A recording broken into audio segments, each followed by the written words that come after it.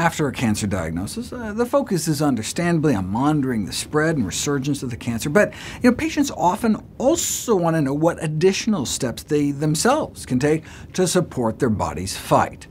Previously, I addressed what to eat after a cancer diagnosis.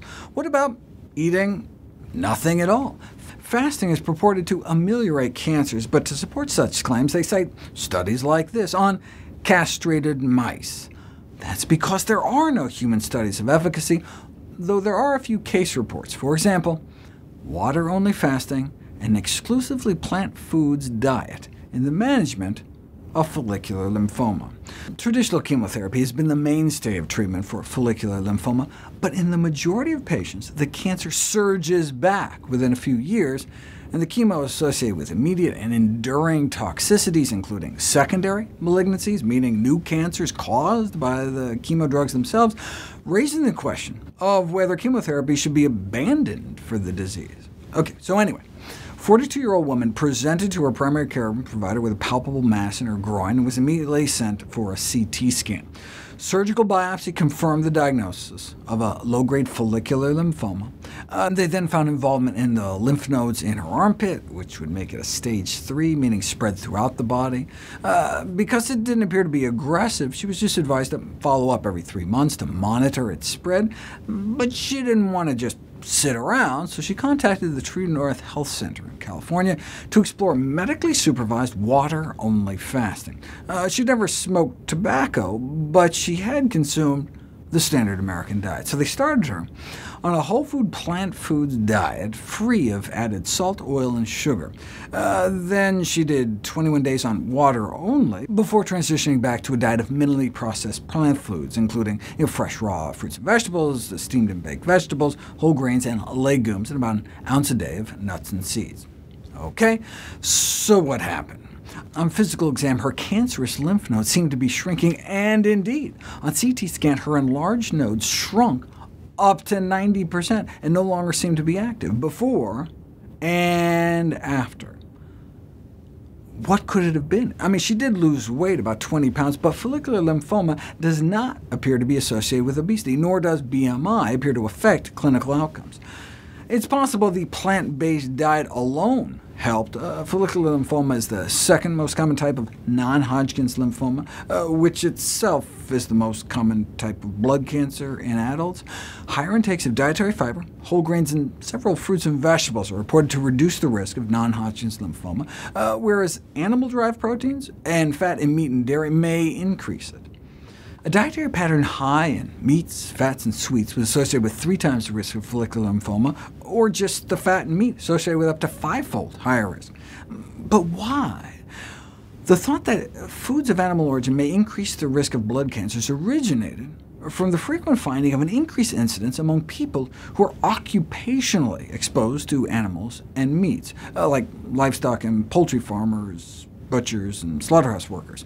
It must be acknowledged that animal foods are a potential source of infection by cancer-causing viruses, but it may just be the animal protein. Excessive consumption of animal protein may encourage malignant changes through chronic, persistent stimulation. The thought is that continuous exposure to these foreign proteins may act like a chronic irritant. The animal protein theory is bolstered by the fact that straight protein, casein milk protein, increase the number of lymphomas in rats, but that doesn't mean the same applies to people. Maybe it's the hormones and antibiotics contained in meat, or just the saturated fat, which may both impair the immune system and promote chronic inflammation, which may play a role in lymphoma. Now, it appears to just be animal fat consumption, so maybe it's like something building up in the animal fat. There may be a link between exposure to industrial pollutants and non-Hodgkin's lymphoma, and food, especially meat, milk, and fish, is the immediate source of almost all dioxins and PCBs in the general population. Dioxin-like pollutants build up in animal fat, which can then be passed along to consumers. Vegetarians may only be exposed to about 2% of the dioxin dose compared to the general population. The highest single levels in the U.S. have been found in chicken, but thankfully the contamination levels are declining in all meats across the board. Furthermore, consumers may further reduce exposures to dioxin-like compounds by trimming fat before and after cooking, and by thoroughly draining fat from cooked meat. What about buying organic meat?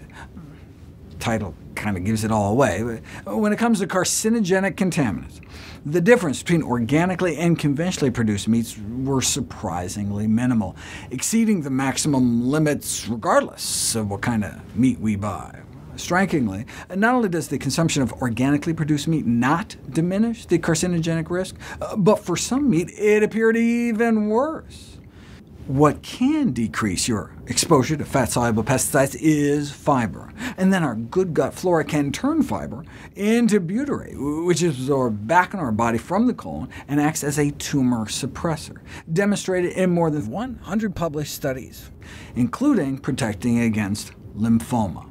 It also has potent anti-inflammatory effects that may help explain why fruit and vegetable consumption has not only been associated with decreased risk of developing lymphoma, but also been linked to improved survival.